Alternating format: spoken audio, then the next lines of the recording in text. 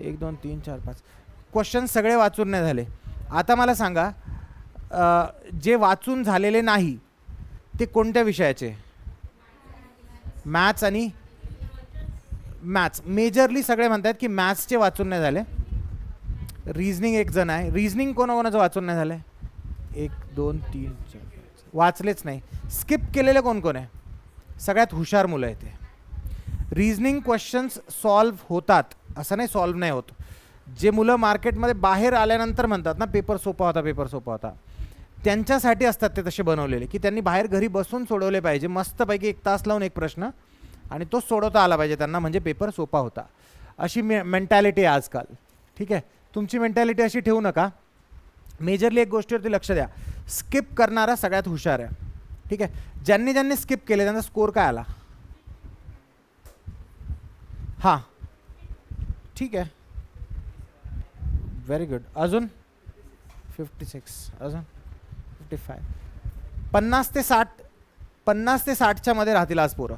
ठीक आहे, आज लेंदी पेपर होता.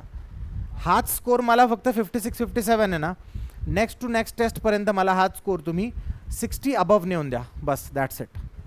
ठीक आहे, बाकी 50च्या खाली कोण कोण आहे मला सांगा आता? अजून 3 4. 50च्या खाली फक्त 4 लोक आहेत ना. स्वतःसोबत खोटं बोलू नका, खरं खरं सांगा. हे माझ्यासोबत खोटं, दुसऱ्यांसोबत इमेज, तुम्ही सगळे वेगवेगळ्या ठिकाणचे आपल्या आपल्या घरी चालले जाल, कोणी कोणाला ओळखणार नाही नंतर. ठीक आहे, सो 50च्या खाली ज्यांना ज्यांना मिळालेले त्यांनी ॲनालिसिस करा. काल मला एका विद्यार्थ्यांनी कुठे गेली ती ॲनालिसिस दाखवलं. तुम्हाला ॲनालिसिसचे प्रकार असतात बघा. फक्त पेपर सोडून, मी बऱ्याच वेळा सांगितलं तुम्हाला, फक्त पेपर सोडून उपयोग नाही. वेन यू सॉल्व पेपर असं नाही की तुम्ही बापरे पेपर सोडवला म्हणजे तुम्हाला आता 50ही क्वेश्चन सोडवून उपयोग नाही, 50 पेपर्स सोडवून पण उपयोग नाही 90 प्रश्नांचे. प्रत्येक वेळेस लेवल असते. आपण ज्यावेळेस आपलं सुरू केलं, ठीक आहे, तुम्ही किती जवळजवळ 40-45 लोक आहेत, प्रत्येकाला माहिती आहे की आपली सगळ्यात पहिली लेवल कुठून सुरू झाली? टॉपिक वाईज केले आपण, मग सब्जेक्ट्सला टॅकल केलं आणि मग आता तुम्ही फुल लेंथ टेस्ट देत आहे. ठीक आहे, टॉपिक वाईज केलं. त्यावेळेस मी सुरू केलं होतं त्यावेळेसच सांगितलं होतं की कोणत्या आपल्याला टॉपिकमध्ये कमी मार्क्स येतात ते बघा, तिथे आपलं टॉपिक इम्प्रूव्हमेंट झालं. मग आपण इथे दिवस भरून परत पुन्हा एका टॉपिकमध्ये पण किती टाईप्सचे प्रश्न विचारले जाऊ शकता हे मागच्या 8-10 दिवसांपासून आपण करतोय, दिवसभर करतोय. आणि ठीक आहे, सो आता मला काय पाहिजे तुमच्याकडून? 1 what I need is speed. Second what I need is की तुम्ही जेवढ्यांनी हात वर केला ना, जवळजवळ जे 50 ते 60च्या मध्ये 56-53, तुझं 40 राहुल एक्सपेक्ट पण नव्हतं मला. हां 40 ते 50च्या मध्ये कशाचा प्रश्न? 9 टिक वेगळे केले ना. एक्झॅक्ट हीच मिस्टेक एक्झाममध्ये होते, एक्झॅक्ट हीच. 1 करायचं तर 2ला टिक झालं, अख्खे सगळे खालचे जवळजवळ पूर्ण चूक.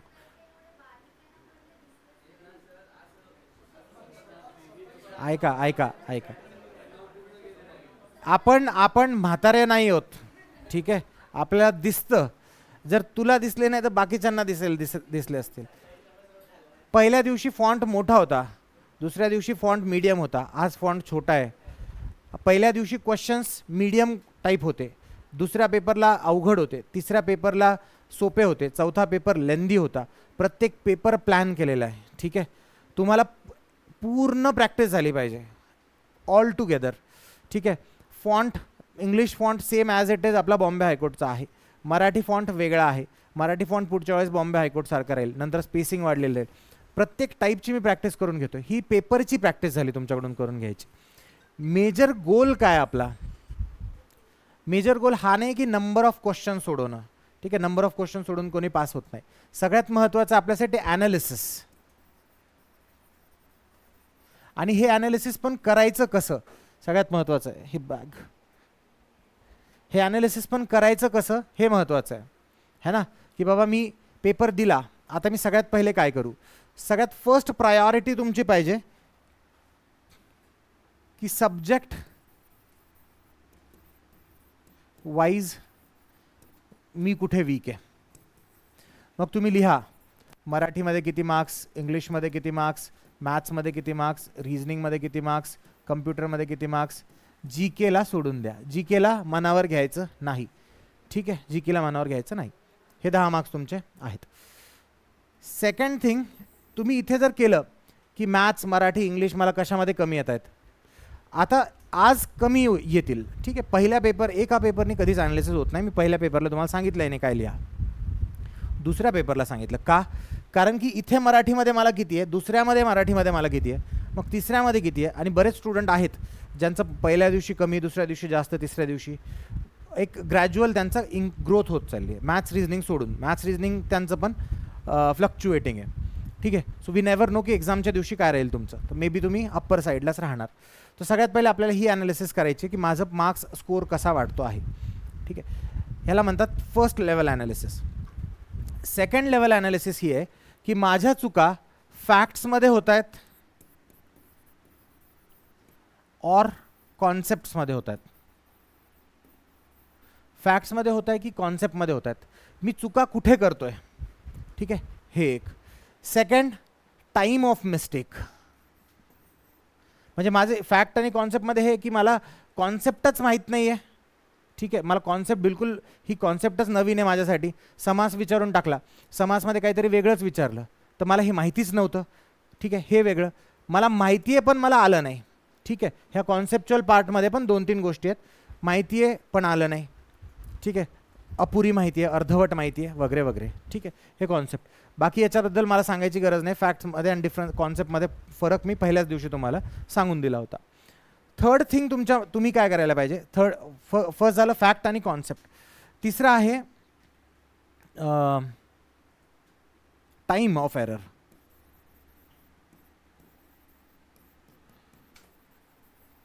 Time of error, time of error म्हणजे काय, मी 10 वाजता पेपर हातात घेतला. ऑब्व्हियसली आता तुम्ही, मी 2-3 दिवसांपासून, 2-3 टेस्टपासून सांगतोय की स्ट्रॅटेजी बनवा, आपल्या घड्याळीमध्ये 10चा वेळ लावूनच सोडवा. 10 ते 11मध्ये 10 वाजून 5 मिनिटापर्यंत काय करायचं आहे, 10 वाजून 10पर्यंत काय करायचं आहे, 10 वाजून 20पर्यंत काय करायचं आहे, ही स्ट्रॅटेजी, हे सगळं तुमच्या डोक्यात फिट पाहिजे. मला हे नाही की रँडम आला पेपर आज मी मॅथ्स घेणार, बस वाटलं आज सकाळी उठल्या उठल्या मॅथ्सपासून सोडणार नाही. स्ट्रॅटर्जी नसेल तर नापास होणार 100%, कितीही अभ्यास करणारा व्यक्ती. If you don't have strategy you are going to fail. ठीक आहे, आता नेक्स्ट टाईम ऑफ एरर काय. टाईम ऑफ एरर हा आहे की 10 ते 10:15 माझे जास्त चुकत आहेत, की 10:15 ते 10:30 चुकत आहेत, की 10:30 ते 11:15 की 11:15 ते 12. ठीक आहे, मी तुम्हाला गॅरंटी देतो टाईम ऑफ एरर तुम्ही पेपर झाल्यानंतरच चेक करू शकतात. पहिली गोष्ट म्हणजे तेव्हाच कळेल तुम्हाला काय. टाईम ऑफ एरर इतका महत्त्वाचा आहे की काही मुलं पहिल्या 10-15 मिनटात फुल त्यांचं ब्रेन त्यांच्या बेस्ट मोमेंटवरती चालत असतं. ठीक आहे, की त्यांना कोणतीही चॅलेंज घेऊ शकतात ते. बट अजून त्यांच्यातला एक प्रकारचे स्टुडंट असतात, 1-2 अवघड प्रश्न आले ना ते डगमगतात लगेच, त्यांना वाटतं अरे आता काय होणार. आणि मग ते तिथून, मी तुम्हाला सांगितलं होतं एक दिवशी की एक छोटीशी गोष्ट ते डायरेक्ट तिला नेऊन कुठं ठेवता, मी नापास होणार आहे. म्हणजे एक छोटीशी गोष्ट, तो 1 मार्क आहे, 2 मार्क्स असू शकतात, 5 मार्क्स असू शकतात, तुम्ही डायरेक्ट त्याला नापासवर नेऊन ठेवतात. 64 मार्काला कट ऑफ लागला होता मागच्या वेळेस, 90 मार्काचा पेपर होता. ठीक आहे, इतका मोठा गॅप आहे, तुम्ही 1 आणि 2 मार्काला घाबरतायत. 90 पैकी 90 नाही घ्यायचे आपल्याला. ठीक आहे, 90 पैकी 90 नाही घ्यायचे. 1-2 अवघड आला म्हणून मी तुम्हाला म्हणतो स्किप करा. स्किप करणारे मुलं सगळ्यात हुशार आहे. स्किप करून पुढे जा, वापस येऊ आपण त्याच्यावरती. जो स्किप केला आहे तो क्वेश्चनवर पुन्हा एकदा येऊ, त्यावेळेस तुक्का मारू. ठीक आहे, बट स्किप करायला शिका. काल तुम्हाला मी आय थिंक कोणाला सांगितलं, सिमरनला सांगितलं का पेपर कसा वाचायचा, वाचून दाखवला मी, पूर्ण वाचून दाखवला की पहिला क्वेश्चन हा आला माझ्यासमोर, पहिला क्वेश्चन वाचून टाकला, second, third, fourth, fifth, sixth हे क्वेश्चन्स वाचून टाकले मी फक्त. जो मला सोपा वाटला, 1 लाइनर वाटला, विचार करायची गरज नाही असं वाटलं. हा पेपर आहे का आजचा, उघडा आहे का एखादा, हा आहे. फॉर इन्स्टन्स हा पेपर आहे माझ्या हातात. आता हा पूर्ण असा बनवलेला आहे. हा पेपर एक्झॅक्टली हा किंवा तुमचा PYQ, हा फ्रंट पेज सेम राहणार आहे. हा पेपर नेहमी आपल्या समोर ठेवायचा बरं का. हा पूर्ण आजपासून पूर्ण दिवस तुमच्या समोर पाहिजे, पेपर आल्यावर घाबरणार नाही आपण म्हणून. आता मी पहिला प्रश्न वाचला फॉर इन्स्टन्स. आता हाच फ्लो राहील, मागच्या वर्षी हाच फ्लो होता, पहिले मराठी वगैरे, म्हणून मी त्या फ्लोमध्ये टाकतोय. आता ह्यांनी तुम्ही पहिला प्रश्न वाचला, अचूक शब्दयोगी अव्यय ओळखा. मला माहिती आहे मला वेळ लागणार आहे. ठीक आहे, काही जरी केलं तर मला ॲटलिस्ट 10 ते 15 सेकंद ह्या क्वेश्चनला सोडवायला लागणार आहे. मी सोडला तो क्वेश्चन, पुढे गेलो. नेक्स्ट काय, वचन विचार विसंगत जोडी ओळखा. आता मला हे माहिती आहे की विसंगत जोडी माझ्या डोक्यात कुठेतरी आहे. मी 4 ऑप्शन फास्टमध्ये वाचून टाकलेत, मला आन्सर मिळणार आहे. याच्यासाठी विचार करायची गरज नाही. आन्सर टिक, पुढे गेलो. आन्सर टिक, पुढे गेलो. नेक्स्ट समजा तुमचं मराठी हे झालं, मराठी वाचून झालं. पुढे इंग्लिश दिसला मला, पॅराग्राफ दिलेला आहे, पॅसेज दिलं आहे. 100% मला याला वेळ लागणार आहे. Either I have to read the passage. मी तुम्हाला सांगितलं पॅसेज वाचायचं नाही आहे, कसं सोडवायचं सांगितलं आहे. ठीक आहे. आता पहिला प्रश्न काय याच्यात, which of the following is at the lowest level of hierarchy mentioned. आता मला एक, जर तुम्हाला हायरार्कीचा अर्थ माहिती असेल, हायरार्की असते कोर्टची हायरार्की, डिस्ट्रिक्ट कोर्ट, तो प्रश्न आला तुम्हाला कोर्टच्या हायरार्कीवरती मागच्या वर्षी. आता hierarchy, which of the following is the lowest level of hierarchy mention. मला काही माहीत नाही पॅसेजमध्ये काय लिहिलेलं आहे, मीही वाचलेलं नाही. ठीक आहे. आता मी पहिलं पाहिलं हायकोर्ट. ठीक आहे, ओके, असू शकतं. बाकी त्यांनी मेजरली वरती हायकोर्टच दिलं असेल, खाली दुसरे कोणी दिले असेल, टॉपवरती हायरार्की असू शकतो तो. Supreme court. ठीक आहे, टॉप लेवल विचारलं आहे का, लोएस्ट लेवल विचारलं आहे. सुप्रीम कोर्ट लोएस्टमध्ये नसेलच मला माहिती आहे. डिस्ट्रिक्ट कोर्ट किंवा ई कोर्ट्स. आता मला एक गोष्ट कळून गेली, हायकोर्ट सुप्रीम कोर्ट नाही आहे. डाऊट मला डिस्ट्रिक्ट कोर्ट आणि ई कोर्टमध्ये. मला उत्तर माहिती आहे personally, just because I have studied. But तुम्हाला मेजरली असं वाटू शकतं की ई कोर्ट आहे की हा डिस्ट्रिक्ट कोर्ट आहे. बाबा हे 2ला फुली मारा, पुढे जा. ठीक आहे. लगेच next paper, next question, what is the primary purpose of adopting E court. आता मला कळालं की ई कोर्टबद्दल पॅसेज आहे. मला इथे लगेच कळालं की पॅसेज ई कोर्टबद्दल आहे. ठीक आहे. दुसऱ्या प्रश्न वाचल्यानंतर लगेच मला कळालं की वरती मी लगेच ई कोर्टवर टच करतो पुढे चाललं जातो. ठीक आहे. बरोबर आहे, चुके मला काही घेणं देणं नाही, कारण की मी पॅसेज वाचण्यात जेवढा वेळ घालवेल आणि मला ई कोर्ट किंवा डिस्ट्रिक्ट कोर्ट आन्सर मिळेल, तेवढा वेळात माझं पुढचे बरोबर उत्तर टिक करून होईल. ह्याला कॉन्फिडन्स म्हणतात. ठीक आहे. चूक येऊ द्या. ई कोर्ट टिक केलं, मी पुढे गेलो. Which of the following is the primary purpose of adopting E court. माहिती नाही, पॅराग्राफ वाचलेला नाही, पण माझ्या डोक्यात मला एक गोष्ट कळती आहे का, ई कोर्ट म्हणजे काहीतरी डिजिटल आहे, काहीतरी इंटरनेटसोबत आहे. मला हे माहिती आहे की कुठेतरी ई कोर्ट जर एस्टॅब्लिश केलं, स्पीड वाढेल, फ्लेक्झिबिलिटी वाढेल, केसेस पटपट सॉल्व्ह होईल. ह्या गोष्टीत आहे माझ्या डोक्यात. मला काही गरज नाही हे पॅसेज वाचत बसायची. पहिला काय, टू रिप्लेस जजेस विथ AI. लॉजिक काय, वाचायची गरज पॅसेज नाही. To increase the cost of legal proceeding. Increase the cost, पैसे वाढवायचे आहेत केसेसचे, वाचायची गरज होती नाही, एलिमिनेट केला. To provide speedy justice and increase accessibility. Logical वाटतंय, गरज वाटते, ठीक आहे, टिक नाही केला, पुढचा ऑप्शन वाचतोय. To shut down physical courts. हे कोर्ट्स बिल्डिंग सगळ्या बंद करून टाकायच्या. लॉजिक आहे काय, नाही. सी मारलं, पुढे गेलो. ठीक आहे. Next, identify the case of the underline word. The जज डिसिजन. मला माहिती आहे केस आहे, मला वेळ लागेल, कुठून तरी मागून आणायचं आहे ते अजून डोक्यातून. पुढे सोडून नाही दिला, स्किप केला फक्त. Choose the correct order of pronounce. वेळ लागेल, पुढे गेलो. Find the error in the sentence. May be वाचल्या मला येऊ शकतं. द पॅनल ऑफ जजेस हॅव डिलिव्हर्ड अन युनॅनिमस वर्डिक्ट. ठीक आहे. मग आता इथं मला एक माहिती आहे की हॅव किंवा हॅज इथेच असू शकतं काहीतरी, बट मला मे बी वेळ लागू शकतो. पुढे चाललो. ठीक आहे. Change into passive voice, वेळ लागेल. Choose the correct question tag. एकदम इझी क्वेश्चन आहे. समजा to witness, the witness haven't arrived yet. कोणतरी सांगितलं तर डीड ही किंवा हॅवंट ही काहीतरी असायला पाहिजे. काय, हॅवंट दे, हॅव ही एकटाच आहे, तो विटनेसेस आहे. ठीक आहे. उत्तर समजा वेळ लागतोय मला. पुढे लगेच नेक्स्ट, ॲफिडेविट. स्पेलिंग जरी मला येते, पुढच्या मी ऑप्शन्स वाचणार नाही. मी पेनने माझं ऑप्शन्स वाचायच्या अगोदरच स्पेलिंग लिहेल. लक्षात ठेवा, ऑप्शन्स कन्फ्यूज करतील. लगेच स्पेलिंग लिहून पाहिल, माझी स्पेलिंग तिथे दिसते की नाही. मला माझी स्पेलिंग दिसली नाही, लगेच पुढे गेलो. टिक केलं नाही मी, माझी स्पेलिंग दिसली, टिक केलं, पुढे गेलो मग. ठीक आहे. Next, the meeting is schedule to start. समजा ऑन वगैरे, ठीक आहे, हा टाईम आहे. ज्याला येतं त्याने करायचं, आधी विचार करावा लागणार आहे. पुढे असं करत करत करत करत तुम्हाला पहिल्या 7 मिनटात पूर्ण 90 क्वेश्चन्स वाचायचे आहे. ह्या 7 मिनटात, फक्त 5 ते 7 मिनटात हे 90 क्वेश्चन वाचून झाले माझे. आता माझ्या डोक्यात जेवढं मोटिवेशन आलेलं आहे ना, का, कारण की मला माहिती आहे की ते ऑनवाला प्रश्न आहे ना, तो मी सोडवू शकतो. पेपरचं स्वरूप कळालं, आता भीती नाही वाटत. आणि तुम्ही जेवढे लोक बसले आहेत ना इथे, मला एक गॅरंटी आहे की आपण किती दिवसापासून सकाळी जवळजवळ 9 वाजता स्टार्ट केलं, तुम्ही ब्रेकसुद्धा घेत नाही तुम्ही लोक. ठीक आहे. आपण संध्याकाळी 7 वाजेपर्यंत कंटिन्युअसली अभ्यास करतोय, दुसरं काहीच करत नाही. बडबड करायला लागले की लहान लेकरांसारखं येऊन मी रागवत तुम्हाला, ठीक आहे. I also don't feel it right, but still तुम्ही दिवसभर करतायत. हा तुमच्यामध्ये पहिल्या दिवशी जो कॉन्फिडन्स होता ना, आज भयंकर जास्त वरती आलेला आहे, ठीक आहे. जायचं आहे, ठीक आहे. लास्ट दिवशी पुन्हा अजून वरती आलेला आहे, कॉन्फिडन्स आलेला राहील. आता तुम्ही पेपर अख्खा वाचला, तुमच्या डोळ्याखालून घालवला ना, तुमचा कॉन्फिडन्स अजून जास्त वाढेल की हा तो पेपर मी सोडलेला आहे, तिथे मला येणार आहे. पहिले 7 ते 8 मिनटं, 5 ते 7 मिनटं हेच करा, पेपरला ओळख करून घ्या.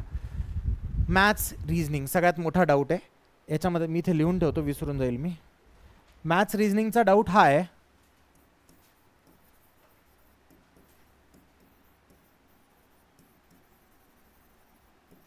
सर मला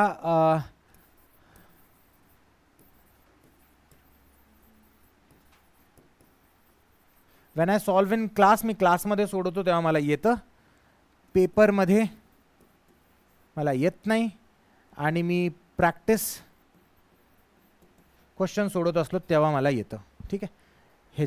ह्या प्रकारे सोडणं असतात, किंवा जेव्हा प्रॅक्टिस क्वेश्चन सोडतात तेव्हा येत नाही. हा क्वेश्चन मी टॅकल करणार आहे, ठीक.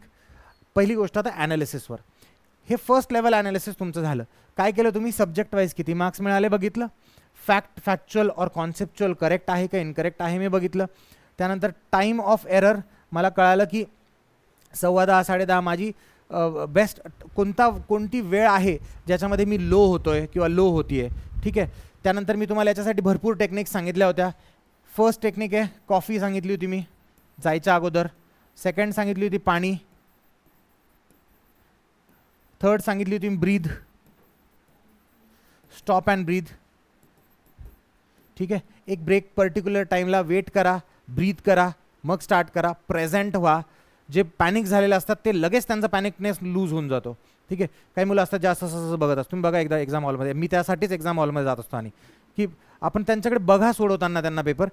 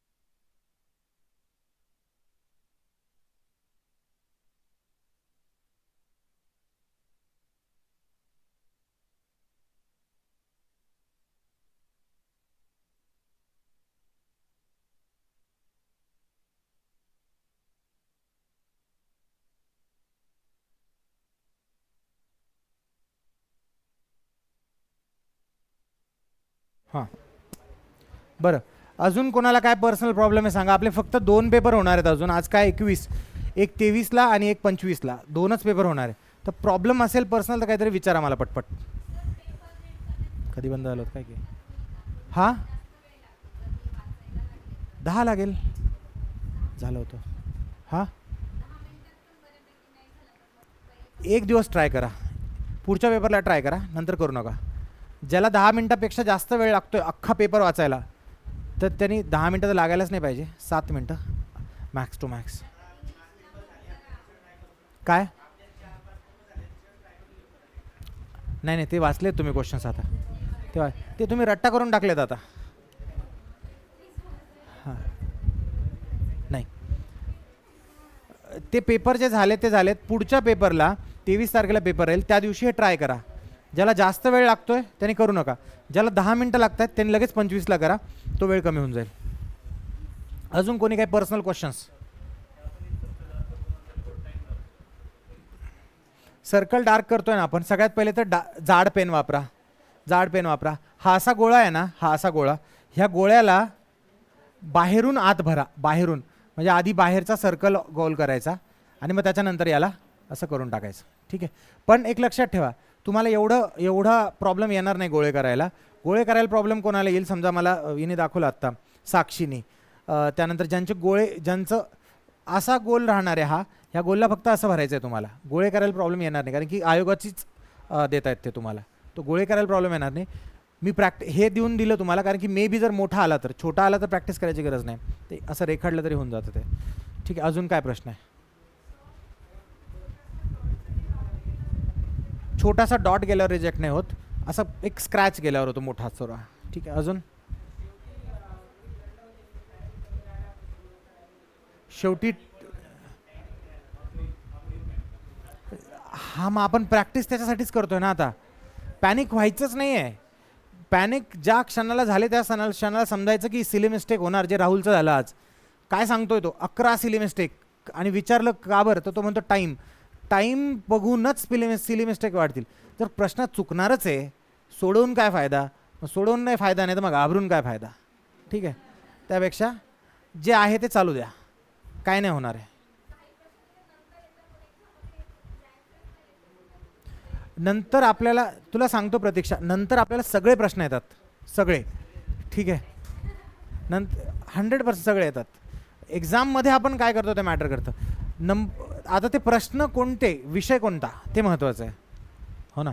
कारण मराठी म्हणत असाल तर रिव्हिजन नाही झालं आहे. हां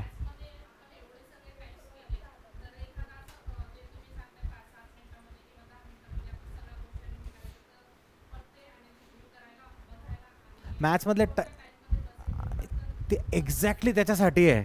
विचार कर, एक नीट विचार कर, आपण एवढे टाईप्स बघितले, किती भयंकर जास्त टाईप बघितले. आता तुम्ही जर रीड करताय तर असं नाही की मॅथ्स सोडून द्यायचं आहे. तुम्हाला माहिती आता पिन पॉइंटेड की हा प्रश्न त्या टाईपमधला आहे आणि मला प्रॅक्टिसमध्ये सोडवता नव्हता आला, आता मला इथे येणार नाही.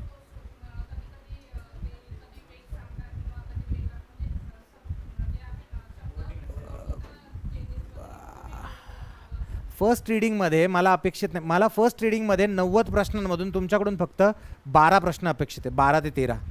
ठीक आहे, 15% ऑफ पेपर अपेक्षित आहे मला, 15% पेपर अपेक्षित आहे फर्स्ट रीडिंग पहिल्या 7 मिनिटात. आणि इतकं भयंकर कॉन्फिडन्स देईल तुम्हाला ते की विचारू नका. अजून कोणाला काय डाऊट आहे? काही पण सिल्ली डाऊट असेल असा की यार काय येत नाही मला, मार्क्स वाढत का नाही? आणि अजून एक सांगून देतो परत एकदा, ज्या कुणाला असा डाऊट असेल की हे पेपर तुमचं फ्युचर करिअर भविष्य ठरवणार आहे, आत्ता जे क्लासमध्ये आहे, तुम्ही कोणत्या तरी भ्रमात आहे. हे जस्ट एक क्लासेसचे पेपर आहे, ह्याच्यामध्ये तुमचे एक्झाममध्ये 10 मार्क्स प्लस होणार 100%. जो तुमचा 65 येतोय, 56 येतोय आज, तुमचा 66 येणार.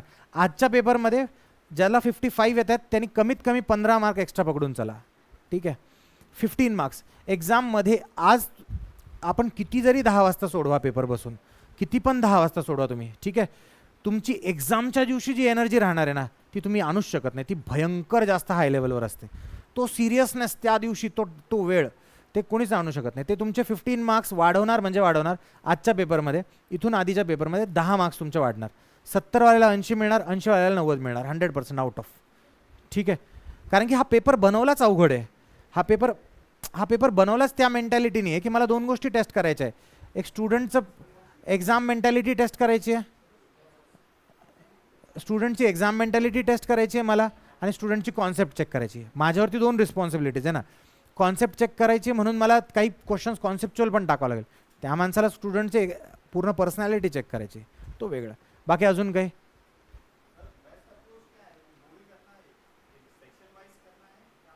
बेस्ट अप्रोच ये है कि एक पन्ना पढ़ो, पहले ऐसा एक पेज पढ़ लो. अभी इस एक पेज को पलटने से पहले इस पर जितने भी क्वेश्चंस है, for instance is pay 10 question है, तो ये 10 के 10 आप वहाँ पे टिक कर दो. और जिस भी मोमेंट पे आपको लग रहा है, ये टेस्ट जो दे रहे हो आप, इस जिस भी मोमेंट पे आपको लग रहा है कि यहाँ मैं गलती कर रहा हूँ, कि मेरे गोले ऊपर नीचे हो रहे हैं, तो एक क्वेश्चन बनाओ, गोला बना दो, एक क्वेश्चन बनाओ, गोला बना दो. सेम टाइम लेने वाला है, वेळ सारखाच लागणार आहे. अजून काहीच मनात अजून काहीच नाही आहे? माझा सिलेबस कंप्लीट झाला नाही असं कोणाचं नसेलच, ऑब्व्हियसली आपण केलाय तो. ठीक आहे, चालेल. हां बोला. मॅथचा बाकी आहे, श्वेताचा मॅथचा बाकी आहे. ज्यांचा सिलेबस कंप्लीट व्हायचा बाकी आहे ना, बाकीच्यांनी मागची जागा सोडून द्या, त्यांना मागे बसू द्या, आणि तुम्ही थोडं समोर या. आजचं आपण इंग्लिश करणार आहोत, तुम्ही समोर या, त्यांना मागे बसून त्यांचा सिलेबस कंप्लीट करू द्या आज. ठीक आहे, बस जागा चेंज केल्यावर कोणाला तरी काही वेगळं वाटलं आज? तू तर तिथेच बसलास वेदांत. नाही ना, वेदांत तिथेच बसलाय, तू तर मागच्या मागेच राहून गेलास ऋषिकेश. जागाची हा इथे, हा तर ठीक आहे, हा आलाच नाही. बाकी सगळ्यांनी चेंज केली आहे जागा. श्रुतिका तर इथेच असते ऑलमोस्ट 1-2 बेंचेसवरती. जागा चेंज करा आपली, ट्रान्सफॉर्म करून टाका डायरेक्ट. ठीक आहे, चालेल. चला भेटू मग नेक्स्ट पेपरमध्ये.